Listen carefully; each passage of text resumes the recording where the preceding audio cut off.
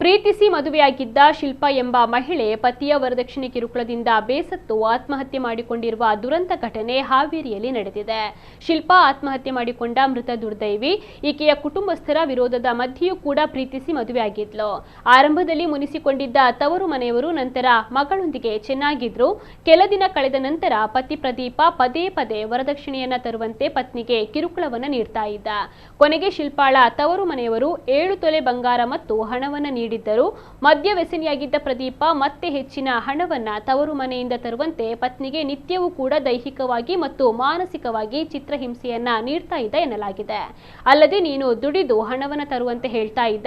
ಶಿಲ್ಪಾ ಖಾಸಗಿ ಬ್ಯಾಂಕ್ನಲ್ಲಿ ಕೆಲಸಕ್ಕೆ ಸೇರಿ ಸಂಬಳವನ್ನ ಪತಿಗೆ ನೀಡ್ತಾ ಇದ್ಲು. ಇಷ್ಟಕ್ಕೂ ಸುಮ್ಮನಾಗದ ಪ್ರದೀಪ ನನಗೆ ಮತ್ತಷ್ಟು ಹಣ ಬೇಕು ಎಂದು ತೀವ್ರವಾದ ಹಿಂಸೆಯನ್ನ ನೀಡಲಾರಂಭಿಸಿದ್ದ. ಇದರಿಂದ ಬೇಸತ್ತ ಶಿಲ್ಪಾ ಶುಕ್ರವಾರ ಮನೆಯಲ್ಲಿ ಯಾರೂ ಇಲ್ಲದ ವೇಳೆ ನೇಣು ಹಾಕಿಕೊಂಡು ಆತ್ಮಹತ್ಯೆ ಮಾಡಿಕೊಂಡಿದ್ದಾಳೆ. ಮಗಳ ಸಾವಿನ ಬಗ್ಗೆ ಸಂಶಯವನ್ನ ವ್ಯಕ್ತಪಡಿಸಿ ಮೃತಳ ತಂದೆ, ಪತಿ ಮತ್ತು ಆಕೆಯ ಅತ್ತೆಯ ವಿರುದ್ಧ ಪೊಲೀಸ್ ಠಾಣೆಯಲ್ಲಿ ದೂರನ್ನು ದಾಖಲಿಸಿದ್ದಾರೆ.